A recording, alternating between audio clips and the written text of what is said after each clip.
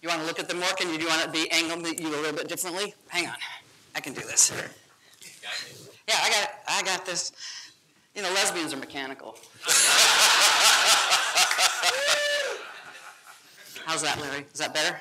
It's really nice to see all of you. I know, aren't they beautiful? So as Mark said, I had the honor for over 2 decades running an LGBT legal and civil rights organization, the National Center for Lesbian Rights, based in San Francisco, also an office in DC. And I had many wonderful things happen during those 22 years. But this is for sure on my bucket list, to be in a conversation with the incomparable Larry Kramer.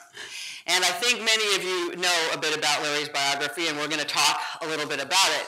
But what you need to understand, if you're an LGBTQ person who is alive today in this room, you're alive because of Larry Kramer. That's right.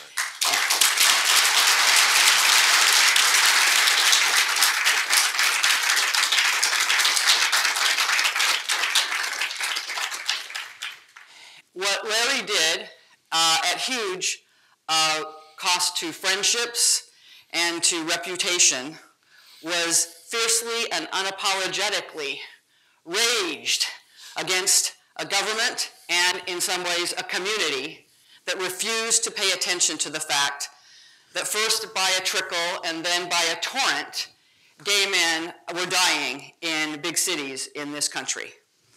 And I remember, as a younger person, seeing a press conference with Larry Speaks during the Reagan administration.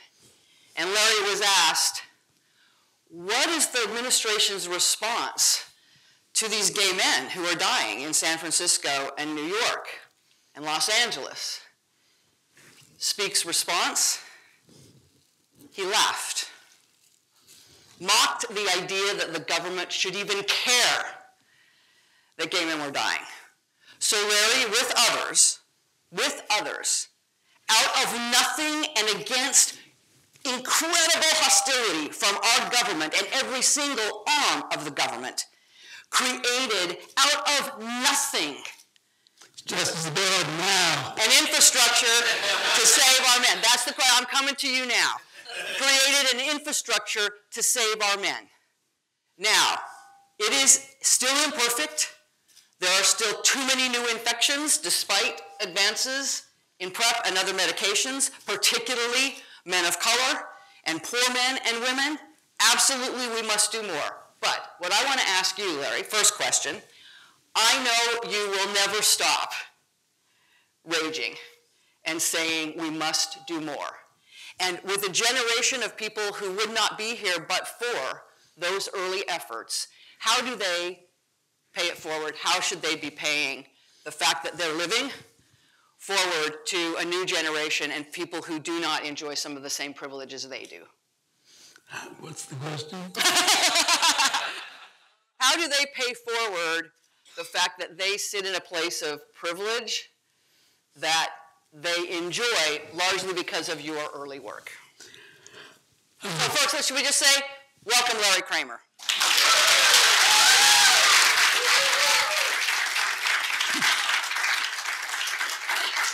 You have to understand something. The first cases were 1981. They were to my next-door neighbor on Rhode. The first cases were my friends. And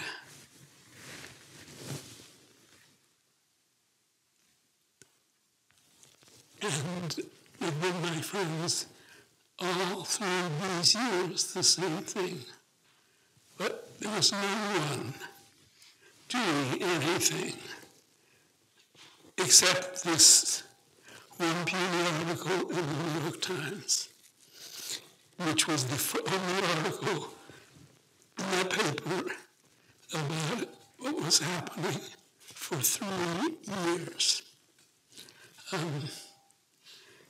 There was no one in our community that was doing anything.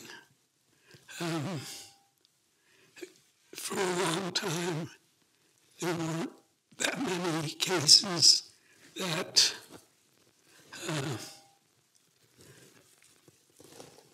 affected so many people. So the first cases that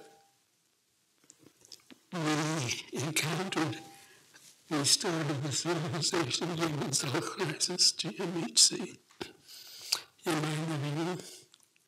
And we started taking care of each other, raising money for kids to go to the doctor, stuff like that. It was really like nurses' aides more than anything. Activism was just not in the cards in those days. For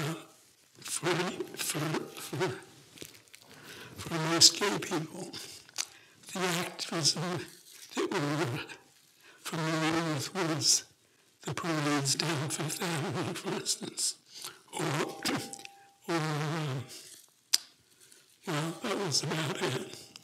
And they were looked upon as the great unwashed while the rest of us were on Fire Island. And it was very slow before we could get people involved in speaking up. And I won't say fighting back, I'm just saying speaking up. I knew from the beginning that nothing was going to be done, and that it required anger. And to this day, I'm not sure where all my anger came from. I hated my father. Is that good enough reason?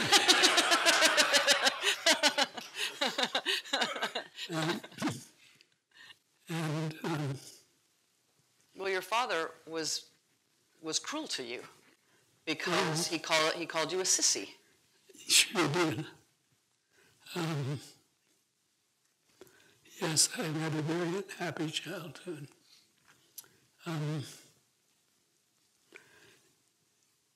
Anyway,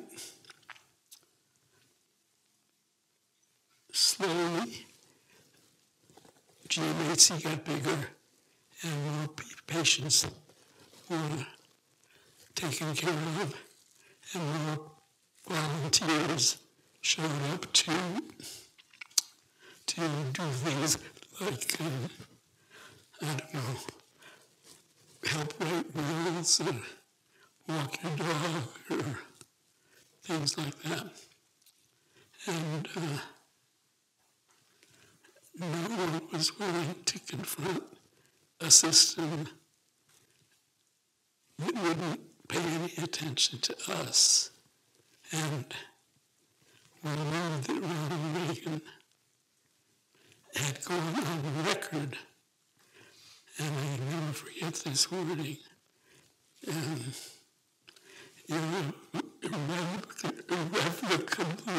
and unalterably opposed to anything having to do with homosexuality. And how do you fight back with people who aren't essentially fighters, but are caretakers?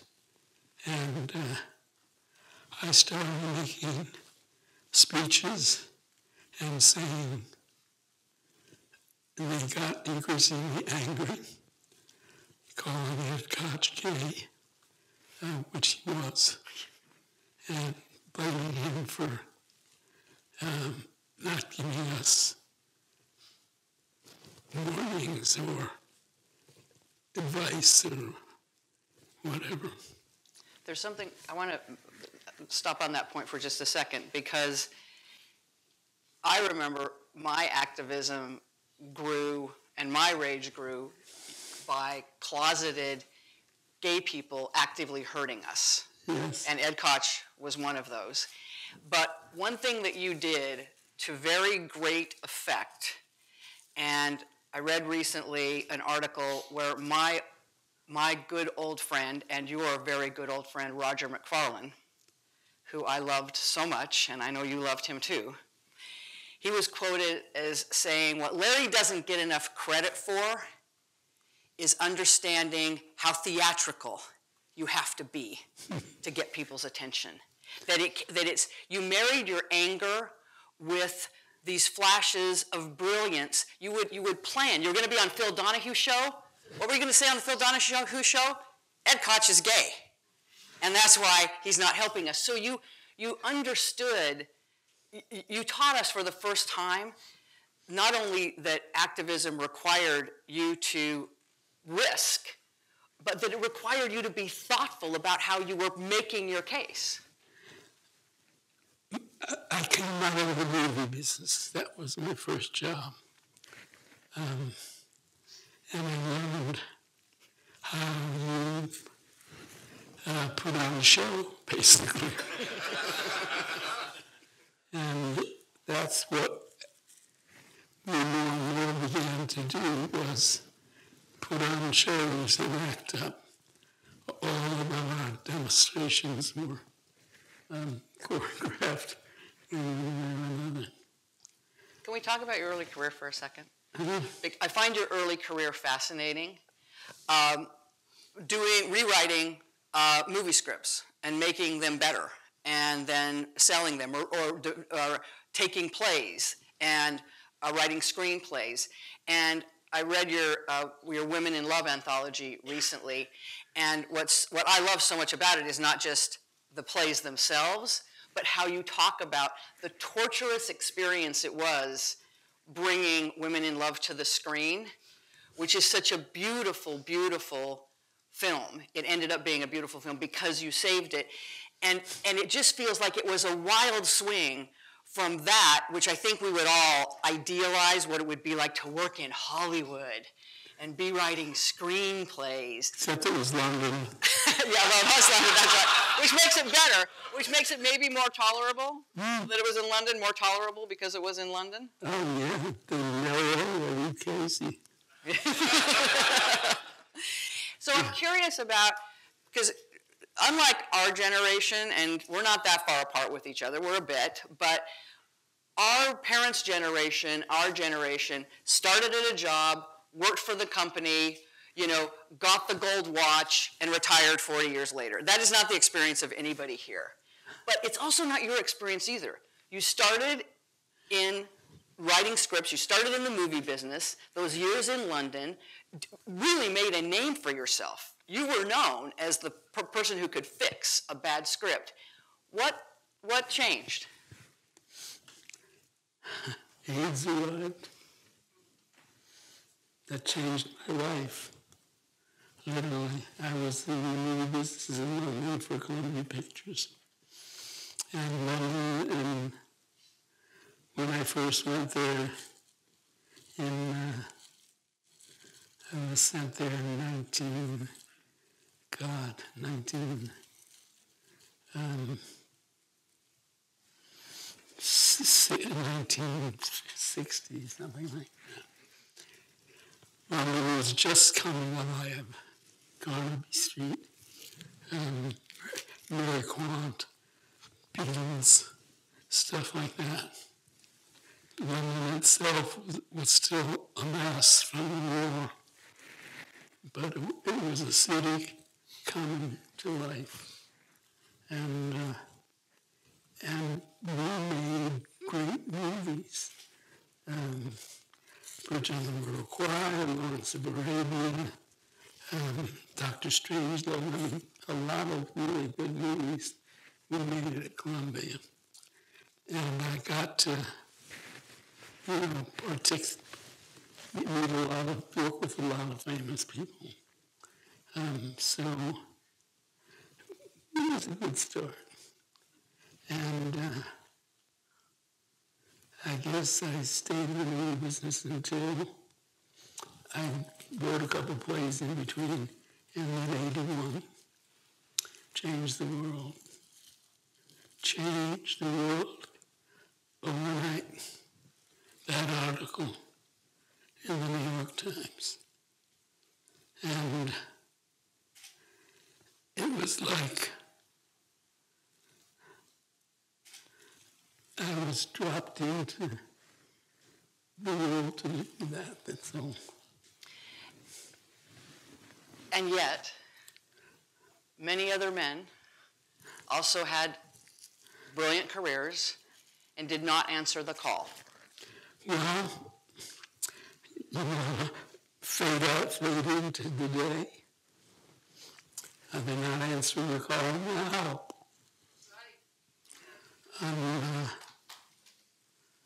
I'm quite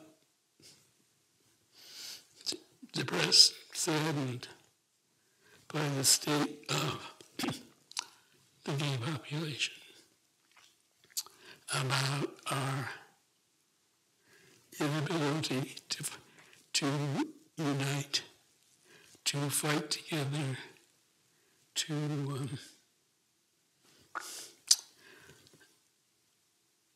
join together and fight for specific things.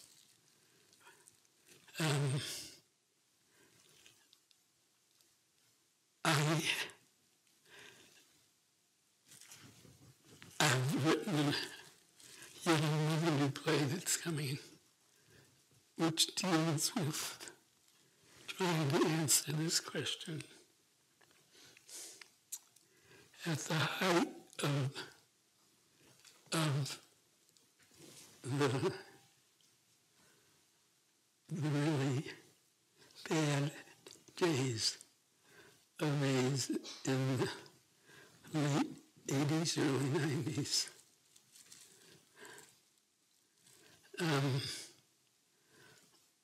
Why didn't every single gay person fight to save his own life?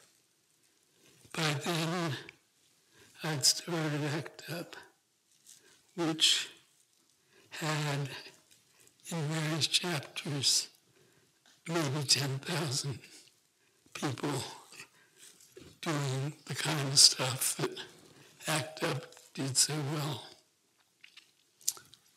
10,000 out of how many millions of us are there? And I've never been able to understand that. I still don't. Why every single one of us is not out there fighting for us, for our people, for our rights, for our power, for our place in the sun. We have lost the war against AIDS. It's as simple as that. We have lost that war. Can I ask about that? Because on one level, I totally understand what you're saying. But what I'm curious about is men are living and not dying. And yes, that has created a complacency, for sure. I'm curious what you would say, because I've had multiple conversations with people in preparation for talking to you. I know how you feel about this. I read your speech that you just gave at World Pride, Central Park, a couple of weeks ago. You and I talked the other day, so I know you are still Larry Kramer. But my question is this. My question is this. What do you say to folks who say, the reason we don't have men are doing better, men are living full lives even though they're shoving all this toxic stuff down their bodies, but they're living. And the reason we don't have a cure for AIDS is not lack of activism or will, it's science. Okay, good. I thought that would be your response. I'm not surprised by that response. So tell me what should be the levers we push now? And now obviously we have a government that is totally retrograde and evil. and shameful. We're right back to living all over again, and the process already of having to fight the same fights. Yep. You already fought and won once. That's depressing.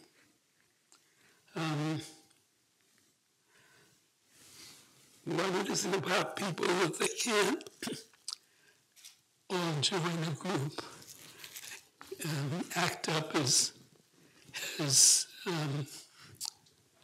more or less petered out to a certain amount? We don't have any gay organizations that amount to much. The couple we have are shit.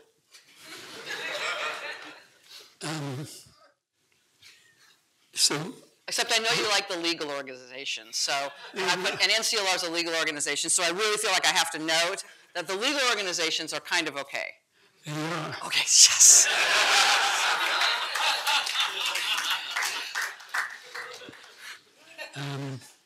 But that's three organizations. I understand. Maybe only two. ACLU and where's everybody else? What are we doing to make our world a better place? I don't see it. I don't see us doing it. I don't see us fighting anymore. And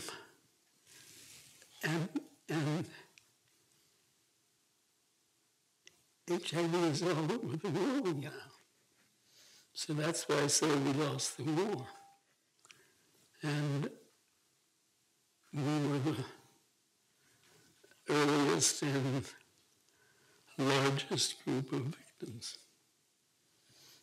Is part of your disappointment, because I've heard you talk about this before, is part of your disappointment not only just the facts you just stated around worldwide cases of HIV and a general complacency and maybe ineffectiveness with organizations that you see from your perspective, but is part of your disappointment also because you want better of gay people? You want better of LGBT people? You think we're special? I think we're better than other people. I think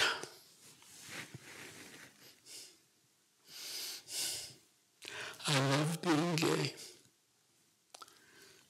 I do think we're better than other people. I think we're smarter. I think we're more talented, more original, more loving.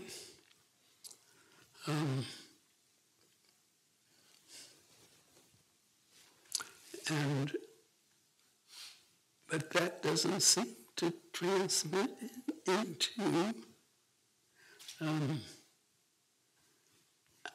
why aren't we fighting for our lives? What do you do all week long for your people, our people? You know, we got into this mess because we were fucking ourselves silly. And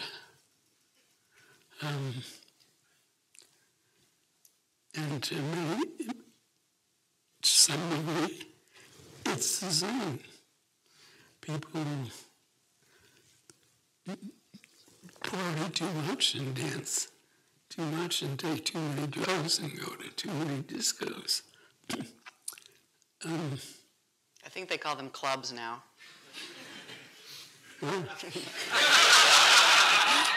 I was just saying, I think they call them clubs now, not discos. You're aging us. But to that point, what I hear is the flip side. What I hear is the flip side of the partying. What I hear is a critique of the LGBT community now, especially post-winning marriage, which NCLR, ACLU, Lambda were all involved in winning marriage nationwide, is that Once we won marriage, everybody thought the fight was over and partnered up and went back home and no longer take to the streets and engage in activism. So the same with once these crappy drugs came out, everybody started doing what we got into trouble doing in the first place. You wrote an article in the Village Voice, it wasn't the Village Voice. What was the name of the paper that you wrote the article in decrying the fact that men were fucking themselves to death? I forget the paper. Many. It was the only gay paper in New York at the time, and I can't believe I can't remember the name of it. Nope, wasn't the Blade, wasn't the Voice. Okay, thank you for playing. Let's move on. So, but I remember reading that article, and it made you a pariah in the community. Straight people hated it because they hated us anyway. It made you a pariah in the community such that you couldn't, is this true? You couldn't even go to the grocery store near your house on Fire Island. Oh, I've been a pariah many times. You could just do a scarlet P on you. It's a point, but it's a badge of honor. It didn't bother me. I'm happy to say I found it interesting. But there was a period between GMAC and ACT UP where I couldn't walk down the street without somebody, being nasty.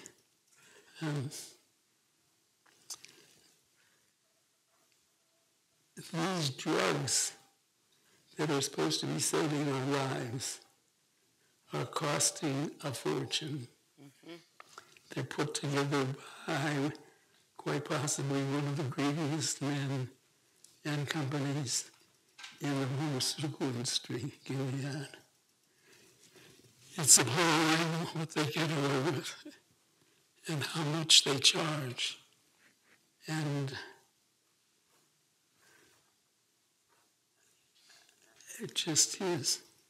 And they're not doing anything about it, even though we're now beginning to attack Gilead more verbally. And we've managed to get a little government reaction on that. But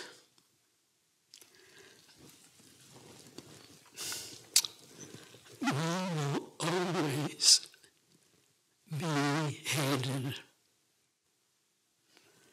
and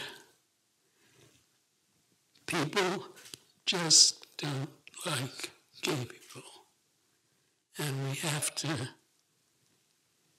understand that, live with it, not let us get us down, but not be surprised that so many people in this world hate us, starting with the White House, right, with every major religion. We're not fighting hard enough. I have one more question, and then we'll have time for a couple of questions from the audience. And I want to bring us right up to what you're doing now. So for those of you who haven't picked up, this is just volume 1 of Larry's history of essentially LGBTQ people in the world and in this country, and talking about things that we would never read in the history books. And there are volumes available out front that Out Leadership has made available. So please take one, take 2 even, if you give it to somebody who's going to do something with it and read it. But I want to ask you, I know you're working on volume 2 right now. Yeah, in January.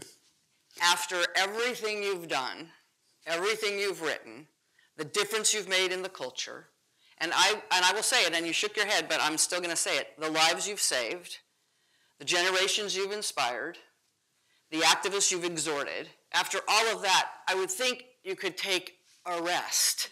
But no, You write this, and then you write volume 2, so why? I love to write. I'm a writer.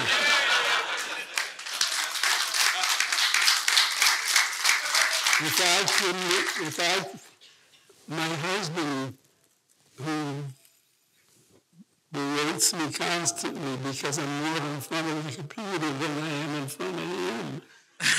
David, please raise your hand, Larry's beloved. Where is he? He's right there. He's the cutest guy in the room. He's a wonderful husband, and I'm a shitty husband. Well, it's important you understand that dynamic. A little bit about this book. You may find it difficult getting into it because it starts with monkeys in the jungle, where HIV came from. And it's got a lot of stuff about monkeys for real. And before I get to George Washington,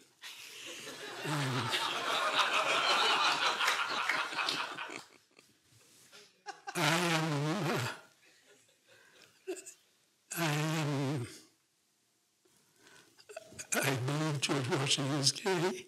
Alexander Hamilton was gay. And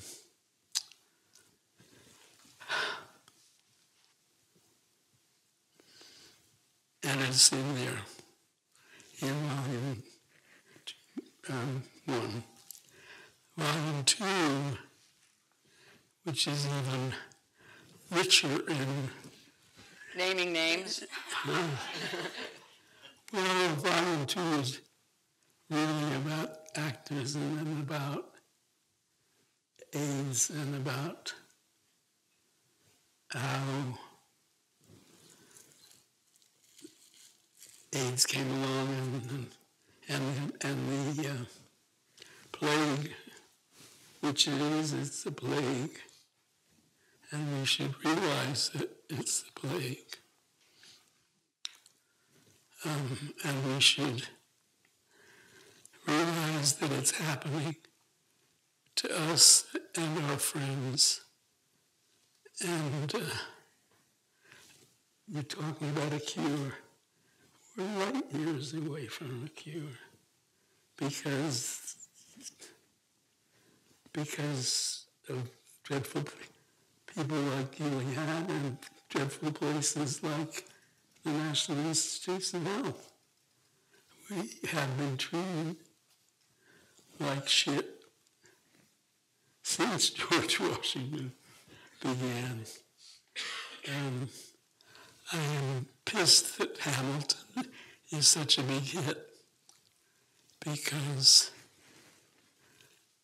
there is no question he was a gay man and that he was in love with George Washington. No question whatsoever. And that our own people, the gay people in the theater, haven't got the guts to be honest enough about that in this show pisses me off. So. Got it. Well, I don't think we'd recognize a non-pissed off Larry Kramer. So that is exactly where you need to be.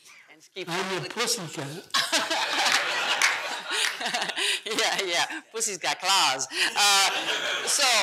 Any questions from folks in the audience? Yeah, back up there. And we'll just have time for a couple. David, am I a pussycat? Oh, sure. Hi, my name is Gennaro. I'm from Ogilvy. First of all, I want to say thank you to Larry. I feel honored to be in your presence. Something that I admired the most about you is just your ability to be completely and utterly honest, regardless of people's opinions of you, regardless of controversial statements that you may say. And a lot of what we talked about during this conference is role models. And I'm not sure if you've had any role models, but if you did, what qualities in them do you appreciate the most, and also what advice would you give to our generation to step up a little bit more, or to speak up a little bit more, if for people who are less, people who are more afraid of speaking up as much? So I'll repeat that for you, Larry. Great question. In fact, I had that as a question myself. The question was... Older man. The question was, well, actually, I think it's very selective hearing, probably. So you can tune out what you don't want to hear. The question was, you've obviously, and you may not accept this as a term, but many people see you as a role model. They see you as a hero. Do you have role models? Anybody you could name? And for people who want to show up in that way, to provide mentoring, leadership to others who may not be able to speak up for themselves, what should they do?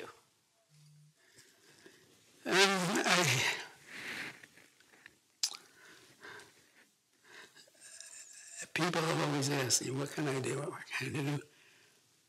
You have to answer that question. What do you want to do? What appeals to you? What makes you mad? What do you think needs to be done? There's zero things you can do.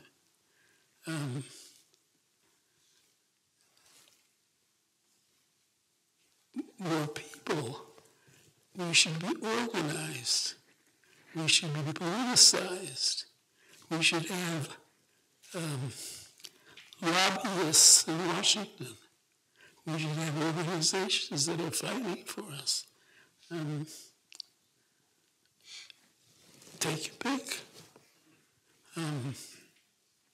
What interests you and your energy? What turns you on? What pisses you off? Has anything I've said today pissed you off? Good. Good. Exactly. Yeah. Job well done.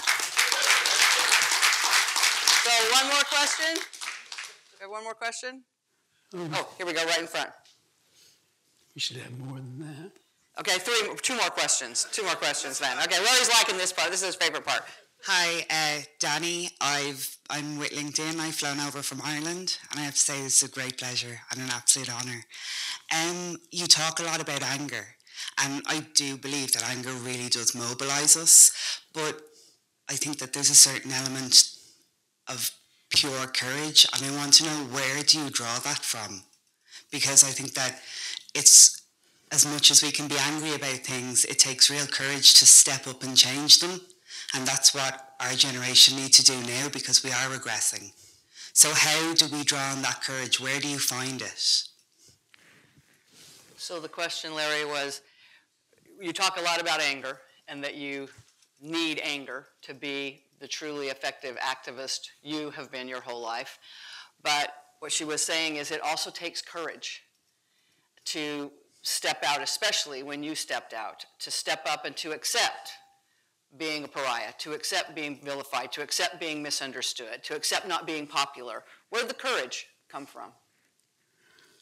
I don't know, and it's not important.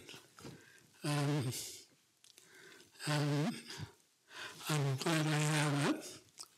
I don't look upon it as your generation and my generation, although I'm told that you're all kids. I don't look upon you that way. I look upon you as my brothers and sisters. We're people. And we should operate as a people. And we should join together like a people. And there's one of my earlier books is called Reports from the Holocaust, which is about the first early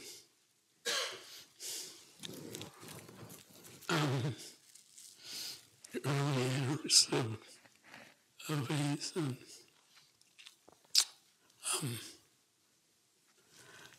it's a collection of a lot of essays I've written over the years in which I try and point out to people how you can start an organization, how you can actually do the things I just said. But surely you must all have something that bugs the shit out of you. It can't be all wonderful working for these companies.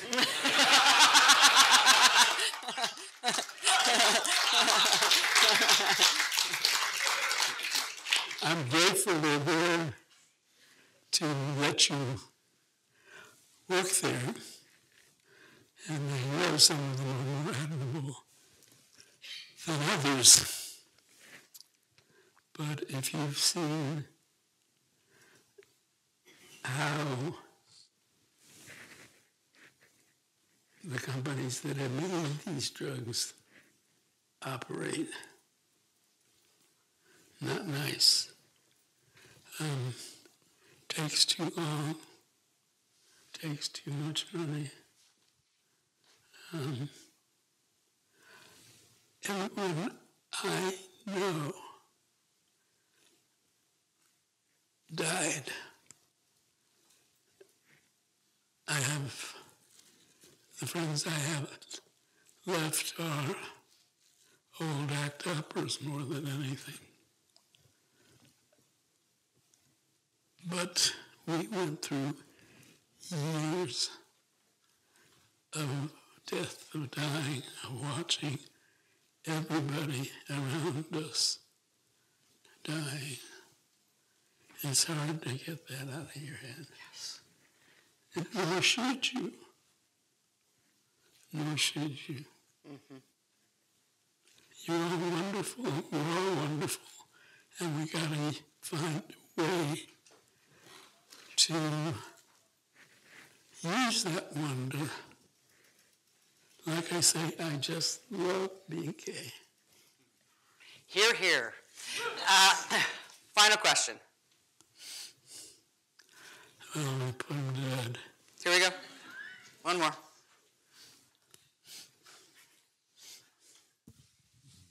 It's not a question. I work with LGBTQ youth, and over the past 30 years, we were founded in the middle of the plague, but for the past 30 years, we've served over 25,000 of them, and they're all over the world. And whether you like to hear it or not, she's right. You saved our lives, and now we're doing it again. I couldn't do what I did without you. Because of you, I get to make my kids breathe again. I'm grateful for what you say. I didn't save your life, you saved your life.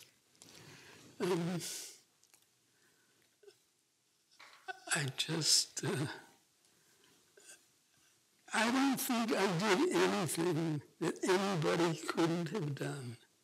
All of you. It doesn't take any brains to see what needs to be done, what we're lacking, what we need. It's not rocket science. So you have your orders from Larry Kramer.